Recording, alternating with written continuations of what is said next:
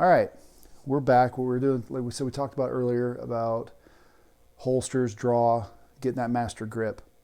So now we're going to talk about is barricade. You got a difference between barricade or cover and concealment. Concealment's to protect you or to hide you, and cover is to protect you. Got a little fur ball walking around here.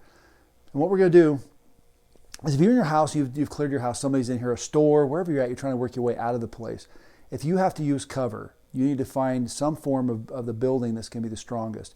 You don't want to stand in the middle of a wall if somebody's inside of a room. You don't know where the centers are. So 16-inch on centers, you have a big gap here in the drywall. The rounds can go through it. Corners are usually well-built. Doorways, they have more 2x4s in them. So when you come here to a corner, the problem with people using their cover is they get right up on it. They're going to stand right up against this cover, and they can't see off to the other side.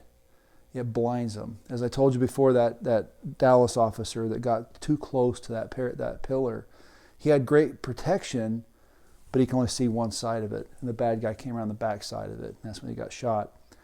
So when you're going to use cover, you need to get on your cover, but get it back far enough into this side so they can't see you down here, but back off your cover. If you notice, if I'm standing right here, I'm going to have the same cover from down there as I do if I'm right here. You're not going to see anything different. Now, if the camera would move over to the back and over, right there you can see if you're in this hallway standing right here and I come drop behind this and I have my cover here, it won't be any difference if I have my cover here.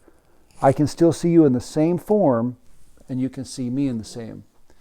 So back off of your cover a little bit. That way you're able to see if somebody else does come through, and it'll be more protected. That way you can move.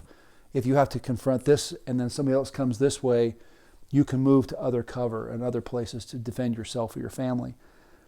So if it comes to this, I've heard a lot of different philosophies, I guess you want to say, with this.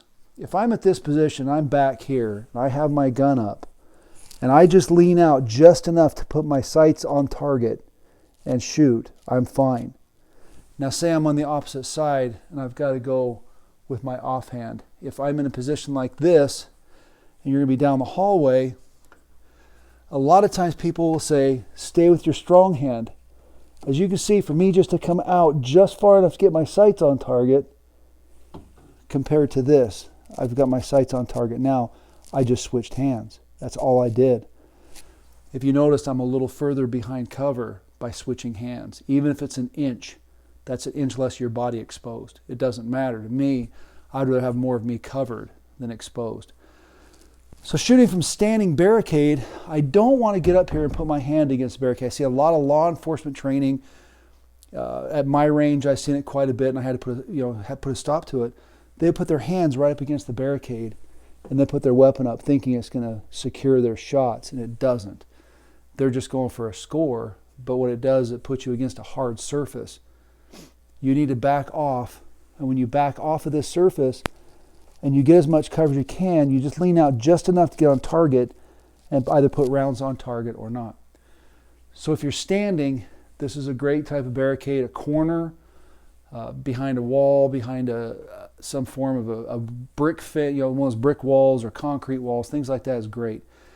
Going to kneeling, and what we're going to do is we're going to move over to this position over here. We'll have to use a couch for right now because we're inside the house.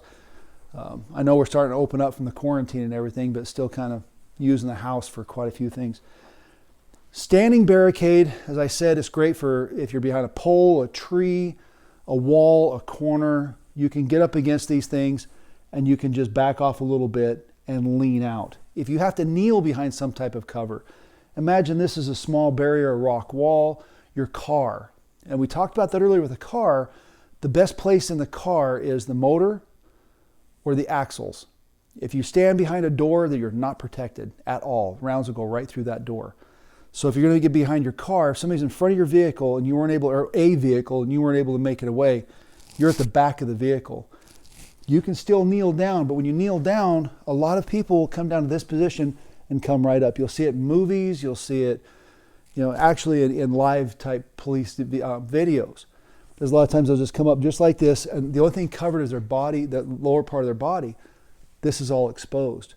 If this is the highest cover you have, you need to get as low as you possibly can to use this for cover. And when you kneel down as low as you can, that's going to protect more of your body. If you have to turn the weapon any way you need to drop below the hood of the vehicle, whatever it is, using the side of a corner, instead of coming up like this, you need to get down.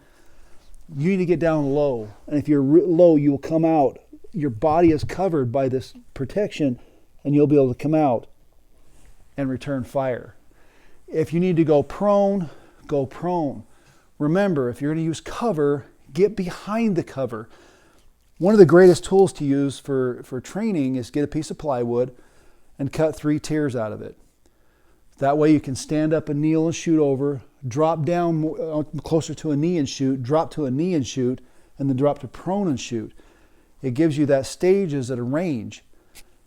All it takes is a 4 foot by 4 foot piece of plywood. If you have one of those laying around, just cut the notches out, carry it to the range with you, set it up with some type of stand, and do 2 rounds for each section. If you're in this position, it's 2 rounds. Drop lower to the next section, 2 rounds. But get below that line. Get as low as you possibly can, and you'll be more protected. If you're above this, your body's exposed. You don't want that. So just a quick review on these things. And when we get to the range, hopefully at the end of this month I'll be able to have a class, but we'll be able to record some of this. We get to the range, we're going to show prone shooting, on how to properly shoot prone with a handgun, because you may have to go prone. If you remember the DC sniper, people were in parking lots and they had to work their way from car to car as they're working down. If you have a firearm and you're getting shot at, you may have to hit the dirt. If you hit the dirt, you interrupt a lot. But if you hit the dirt, you can work your way through from car to car. You have those axles.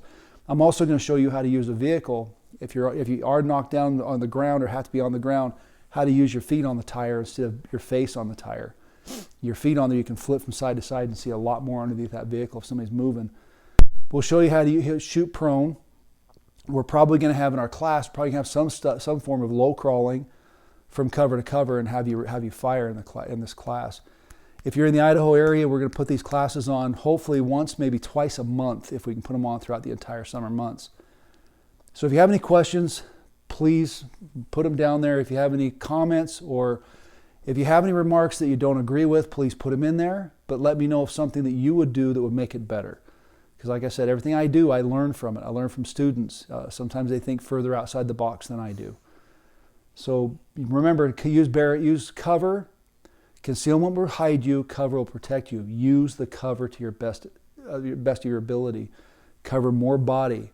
All you have to do is expose just enough to get this weapon cleared and fire downrange at your targets. So next week we'll talk a little bit more on we'll talk more on drills at the range you can do. Now that the ranges are starting to open up, stay safe, stay healthy, and keep your head on a swivel. Thanks.